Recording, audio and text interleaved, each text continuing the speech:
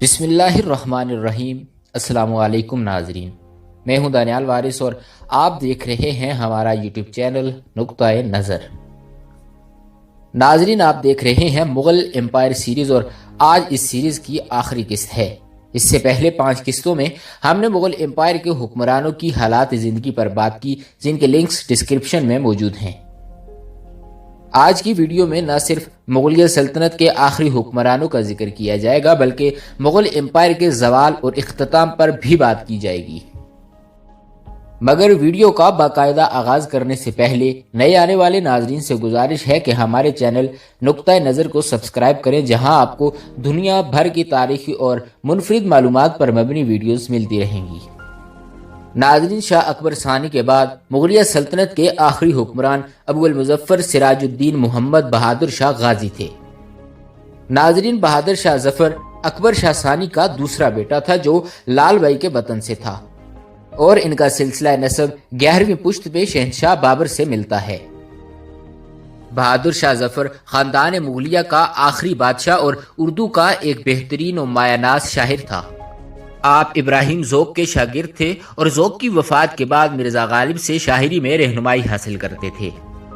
1252 ہجری بمطابق 1837 کو قلعہ دہلی میں ان کی تخت نشینی کی رسم ادا کی گئی۔ ناظرین، یہاں بات کرتے ہیں ہندوستانیوں کی انگریز کے خلاف پہلی آزادی کی مسلح جنگ کی۔ انگریزوں نے اس جنگ کو غدر کا نام دیا۔ عموماً اس کے 2 سبب بیان کیے جاتے ہیں۔ پہلا یہ کہ ایسٹ انڈیا کمپنی نے ہندوستان کے تمام صوبے اور کئی ریاستیں یکے بعد دیگرے اپنی حکومت میں شامل کر لی تھیں، جس کی وجہ سے ہندوستانیوں کے دل میں کمپنی کے متعلق شکوک پیدا ہو گئے۔ اور دوسرا یہ کہ ان دنوں جو کارتوس فوجیوں کو دیے جاتے تھے وہ عام خیال کے مطابق سور اور گائے کی چربی سے آلودہ تھے اور انہیں بندوق میں ڈالنے سے پہلے دانتوں سے کاٹنا پڑتا تھا۔ ہندو اور مسلمان فوجی سپاہیوں نے اسے مذہب کے منافی سمجھا اور ان میں کھلبلی مچ گئی۔ جن سپاہیوں نے ان کارتوسوں کو استعمال کرنے سے انکار کر دیا تھا، ان کی وہاں فوجی وردیاں اتار دی گئیں اور انہیں بیڑیاں پہنا دی گئیں۔ ان قیدیوں میں بیشتر قیدی ایسے تھے جنہوں نے انگریزوں کی خاطر بہت بڑی بڑی قربانیاں بھی دی تھیں۔ جنگ آزادی ہند کا آغاز 1857 میں بنگال میں ڈمڈم اور بارک پور کے مقامات پر ہوا، جہاں دیسی سپاہیوں نے ان کارتوسوں کو استعمال کرنے سے انکار کر دیا جن میں ان کے خیال کے مطابق سور اور گائے کی چربی لگی ہوئی تھی۔ انگریزی حکومت نے ان سپاہیوں کو غیر مسلح کر کے فوجی ملازمت سے برخاست کر دیا۔ لکھنؤ میں بھی یہی واقعہ پیش آیا۔ برخاست شدہ سپاہی ملک بھر میں پھیل گئے اور فوجوں کو انگریزوں کے خلاف ابھارنے لگے۔ 9 مئی 1857 کو میرٹھ میں سپاہیوں نے چربی والے کارتوس استعمال کرنے سے انکار کر دیا۔ 2 سپاہیوں منگل پانڈے اور ایشوری پانڈے نے انگریزوں پر حملہ کر دیا۔ منگل پانڈے کو گرفتار کر لیا گیا اور اسے سزائے موت کی سزا سنائی گئی۔ اس کے علاوہ ایک ریجمنٹ کے سپاہیوں کو 10 سال قید بمشقت کی سزا دی گئی۔ جس طریقے سے یہ حکم سنایا گیا تھا وہ بھی تہذیب سے گرا ہوا تھا۔ دیسی سپاہیوں نے انگریز افسروں کو ہلاک کر کے ان قیدیوں کو آزاد کرا لیا اور میرٹھ سے دہلی کی طرف بڑھنے لگے۔ میرٹھ کے سپاہیوں کی دہلی میں آمد سے دہلی کی فوجیں بھی بگڑ گئیں اور دہلی کے مغل تاجدار بہادر شاہ ظفر کی تخت نشینی کا اعلان کر دیا گیا۔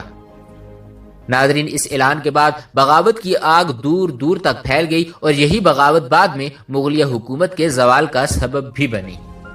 ناظرین، بلا شبہ یہ ایک حقیقت ہے کہ سن 1857 کی جنگ آزادی ہند، جس کو انگریزوں نے بغاوت اور غدر کا نام دیا ہے، کہ خاتمے کے بعد برطانیہ ہندوستان پر ایک مطلق العنان طاقت بن گئی اور اپنی منشا کے مطابق فیصلے کرنے لگی۔ یورپین فوجی 27 جنوری 1857 کو دہلی میں جمع ہوئے اور اس کی تشکیل chief commissioner Punjab John Lawrence کی ہدایت کے مطابق division commander major general Penny C B کے حکم میں عمل میں آئی۔ یہ کمیشن ایک صدر اور 4 ارکان پر مشتمل تھا۔ عدالت کا اجلاس مقررہ تاریخ سن 1857 کی 27 جنوری کو دن کے 11 بجے بہادر شاہ ظفر کے مقدمے کی سماعت کے لیے لال قلعہ دہلی کے دیوان خاص میں شروع ہوا۔ بہادر شاہ ظفر کو پالکی میں بٹھا کر 60ویں رائفلز کے جوانوں کی حراست میں فوجی عدالت میں پیش کیا گیا۔ 82 سالہ ضعیف و ناتواں شہنشاہ کو ایک قیدی کی حیثیت سے تقریباً 1.5 گھنٹہ تک کھڑا رکھا گیا۔ بہادر شاہ ظفر پر مقدمہ چلایا گیا کہ ہندوستان میں برطانوی حکومت کا وظیفہ خوار ہونے کے باوجود اس نے دہلی میں باغیوں کی مدد و نصرت کی اور شورش برپا کرنے کے جرم کا ارتکاب کیا، اور اس نے ہندوستانی عوام کو جان بوجھ کر جنگ اور بغاوت میں دھکیل دیا۔ وکیل نے کہا کہ قیدی کو سزا سنا دی جائے، مگر لیفٹیننٹ جنرل آرچیبلڈ ویلسن نے بہادر شاہ ظفر کو امان دے دی تھی۔ جب بہادر شاہ ظفر سے جرم کا پوچھا گیا تو کچھ دیر تک خاموشی اختیار کی اور کہا تو صرف اتنا کہ نہیں، یہ جھوٹ ہے۔ ناظرین، یہ مقدمہ 21 دن چلتا رہا اور مارچ کی 9 تاریخ کو فیصلہ ہوا تو قریب 18 مشتبہ چشمدید گواہ پیش کیے گئے اور 200 کے عصری دستاویزات پیش کی گئیں جن کا تعلق بہادر شاہ ظفر سے تھا۔ اس کے بعد 29 مارچ 1857 کو بہادر شاہ ظفر کو قومی مجرم قرار دے کر بدترین مثال قائم کی گئی اور رنگون جیل میں بھیج دیا گیا، جہاں ان کی وفات مورخہ 2 نومبر 1862 کو ہوئی۔ ناظرین، جنرل نکلسن نے انگریز فوجوں کی مدد سے تقریباً 4 مہینے تک دہلی کا محاصرہ کیے رکھا۔ 14 ستمبر کو کشمیری دروازہ توڑ دیا گیا۔ جنرل نکلسن اس لڑائی میں مارا گیا، مگر انگریز اور سکھ فوجیوں نے دہلی پر قبضہ کر لیا۔ دہلی پر انگریزوں کا قبضہ ہو جانے سے ہر جگہ جنگ آزادی کی رفتار مدھم پڑ گئی۔ بہادر شاہ ظفر کو مجرم قرار دے کر سزا کے طور پر جلا وطن کر کے رنگون بھیج دیا اور اس کے 2 بیٹوں اور ایک پوتے کو گولی سے اڑا دیا گیا۔ مارچ 1858 میں لکھنؤ پر دوبارہ انگریزوں کا قبضہ ہو گیا، جہاں بھی ظلم و ستم کا ایک خوفناک باب دہرایا گیا۔ دہلی، لکھنؤ، کانپور اور جھانسی کے علاوہ چند اور مقامات بھی انگریزوں کے تصرف میں آ گئے۔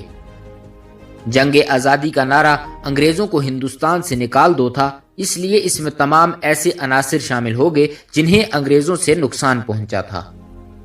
متضاد عناصر ایک مشترکہ دشمن کے خلاف یکجا تو ہو گئے تھے، مگر وطنیت اور قومیت کے تصورات سے نا آشنا تھے۔ ان میں مفاد پرست فتنہ پرداز لوگ بھی شامل تھے جنہوں نے مذہب کے نام پر تفرقہ ڈالا۔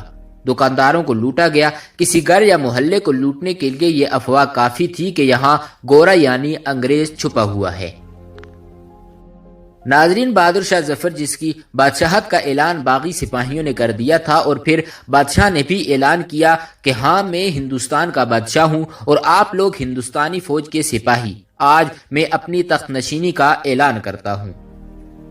آج کے بعد ایسٹ انڈیا کمپنی کو کوئی خراج کی رقم نہیں دے گا اور ہم یہ بھی اعلان کرتے ہیں کہ یہ فرنگی ہماری مملکت ہند سے نکل جائیں۔ سپاہیوں کے نام لکھ کر تنخواہیں مقرر کر دی گئیں اور بہادر شاہ ظفر کو جنگ آزادی کا سربراہ مقرر کیا گیا اور رقم بادشاہ کی نظر کی، جس سے سپاہیوں کو تنخواہیں دی جانے لگیں۔ فوج تو مل گئی مگر اچھا سپہ سالار نہ مل سکا۔ ناظرین، یہ جنگ مقررہ وقت سے پہلے ہی شروع ہو گئی تھی، اس لیے جھانسی کی رانی تانتیا توپی بہادر شاہ ظفر میں سے کوئی بھی تیار نہ تھا اور غداروں کی بھی کوئی کمی نہ تھی۔ جھانسی کی رانی کو شکست ہو گئی، اس کے بعد وہ مر گئی۔ تانتیا توپی لاپتہ ہو گئی اور سارا بوجھ ایک لاغر بادشاہ کے سر پر آ پڑا۔ جنگ میں مرزا ابو بکر کو سپہ سالار بنا کر بھیجا گیا، جو بہت اچھا لڑ رہا تھا، مگر غداروں نے اس کو شراب پلا دی، جس کی وجہ سے جنگ میں مغل سلطنت کی فوج ہار گئی۔ اس کے بعد ایک نیا سپہ سالار بہادر شاہ ظفر کے پاس آیا اور کہا کہ آگے سے جنگ میں شروع کرتا ہوں۔ اس نے بہادر شاہ ظفر کو دہلی چھوڑنے کی درخواست کی اور کہا کہ دوبارہ حملہ کر کے دہلی فتح کر لیں گے، مگر تقدیر سمجھے یا مغل بادشاہ کا شہر دہلی سے لگاؤ۔ بادشاہ نے جانے سے انکار کر دیا اور مقبرہ ہمایوں میں پناہ لے لی۔ بعد ازاں بادشاہ کے قریبی غدار حکیم احسن اللہ نے انگریزوں کو بادشاہ کا پتہ بتا دیا، جس سے بادشاہ کو گرفتار کر لیا گیا، اور یوں مغل سلطنت کا سورج غروب ہو گیا اور فرنگی راج شروع ہوا۔ مغل بادشاہ بہادر شاہ ظفر جنگ آزادی کی جان تھے۔ ان کے ہوتے ہوئے جنگ آزادی صحیح طرح سے شروع رہی، لیکن ان کے قید ہونے کے بعد مانند پڑ گئی۔ پھر بھی جنگ آزادی کی بنیاد رکھنے والا بادشاہ بہادر شاہ ظفر ہی ہے، تبھی جا کر 100 سال بعد آزادی ملی۔ اگر بادشاہ مراعات لے لیتے تو ہندوستان میں آزادی کا سورج شاید دیر سے طلوع ہوتا۔ ناظرین، دہلی کی فتح کے بعد انگریز فوجیوں نے شہری آبادی سے خوفناک انتقام لیا۔ لوگوں کو بے دریغ قتل کیا گیا، سینکڑوں کو پھانسی پر چڑھا دیا گیا اور ہزاروں نفوس گولیوں سے اڑا دیے گئے۔ ان میں مجرم بھی تھے اور بے گناہ بھی۔ مسلمان بھی تلوار کے گھاٹ اتار دیے گئے اور ہندو بھی۔ ہندوستانیوں کو توپوں کے سامنے کھڑا کر کے توپ چلا دی جاتی، جس سے ان کے جسموں کے چیتھڑے اڑ جاتے۔ صرف ایک دن میں 24 مغل شہزادے پھانسی کے تختے پر لٹکا دیے گئے۔ مسلمان چن چن کر قتل کیے گئے۔ معمولی شک و شبہ کی بنا پر مسلمانوں کو ان کی جاگیروں سے بے دخل کر دیا گیا، جس کی وجہ سے وہ کوڑی کوڑی کے محتاج ہو گئے۔ جلد ہی انگریزی فوج کے سکھ سپاہیوں نے قتل و غارت میں فرقہ وارانہ رنگ بھر دیا۔ انہوں نے مسلمانوں پر ظلم و ستم کی انتہا کر دی۔ مسلمان روزی کمانے کے لیے گھٹیا اور کم تر پیشے اپنانے پر مجبور ہو گئے۔ دفتروں میں انہیں چپڑاسی، چوکیدار یا پھر باورچی جیسے کام ملتے تھے۔ سرکاری ملازموں کے اشتہار میں یہ سطور واضح کر دی جاتی کہ مسلمان اس عہدے کے لیے نااہل ہیں۔ ہندو، سکھ اور مسیح مسلمانوں سے آگے نکل گئے۔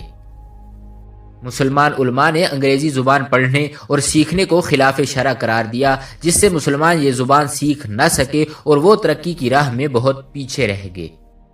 ناظرین، جنگ آزادی کے دوران 4000 انگریزوں کی موت واقع ہوئی، جس کے جواب میں 12 لاکھ ہندوستانیوں کا خون بہا کر بھی انگریز کا غصہ کم نہ ہوا۔ انہوں نے اگلے 90 سال تک کبھی ہندو کا اور کبھی مسلمان کا خون بہایا۔ اگست 1858 میں برطانوی پارلیمنٹ نے اعلان کیا کہ ملکہ وکٹوریہ کے ذریعے ایسٹ انڈیا کمپنی کا خاتمہ کر کے ہندوستان کو تاج برطانیہ کے سپرد کر دیا جائے۔ اس جنگ کے بعد خصوصاً مسلمان زیر اتاب آئے، جبکہ ہندوؤں نے مکمل طور پر انگریز سے مفاہمت کر لی، اور یوں مسلمانوں پر جدید علم کے دروازے بند کر دیے گئے اور خود مسلمان بھی نئی دنیا سے دور تر ہوتے چلے گئے۔ ناظرین، کہا جاتا ہے کہ 1857 میں انگریز میجر ہڈسن کی ہندوستان کے لیے بولے گئے توہین آمیز الفاظ دم دمے میں ہم نہیں، اب خیر مانگو جان کی، اے ظفر ٹھنڈی ہوئی اب تیغ ہندوستان کی کا جواب بہادر شاہ ظفر نے عام ہندوستانی کے دل کی آواز کی شکل میں کچھ اس طرح سے دیا تھا: غازیوں میں بو رہے گی جب تلک ایمان کی، تخت لندن تک چلے گی تیغ ہندوستان کی۔ ناظرین، مغلیہ سلطنت کی داستان اختتام پذیر ہوئی۔ امید ہے کہ آپ کو ہماری کاوش پسند آئی ہوگی۔ جانے سے پہلے آپ کے لیے ہماری طرف سے مغلیہ سلطنت کے حکمران بہادر شاہ ظفر کی آخری غزل تحفتاً پیش خدمت ہے۔ لگتا نہیں ہے جی میرا اجڑے دیار میں، کس کی بنی ہے عالم ناپائیدار میں، بلبل کو باغباں سے نہ صیاد سے گلا، قسمت میں قید لکھی تھی فصل بہار میں، کہہ دو ان حسرتوں سے کہیں اور جا بسیں، اتنی جگہ کہاں ہے دلے داغدار میں، ایک شاخ گل پر بیٹھ کر بلبل ہے شادمان، کانٹے بچھا دیے ہیں دلے لالا زار میں، عمر دراز مانگ کے لائے تھے 4 دن، 2 آرزو میں کٹ گئے 2 انتظار میں، دن زندگی کے ختم ہوئے شام ہو گئی، پھیلا کے پاؤں سوئیں گے کنج مزار میں، کتنا بد نصیب ہے ظفر دفن کے لیے، 2 گز زمیں بھی نہ ملی کوئے یار میں۔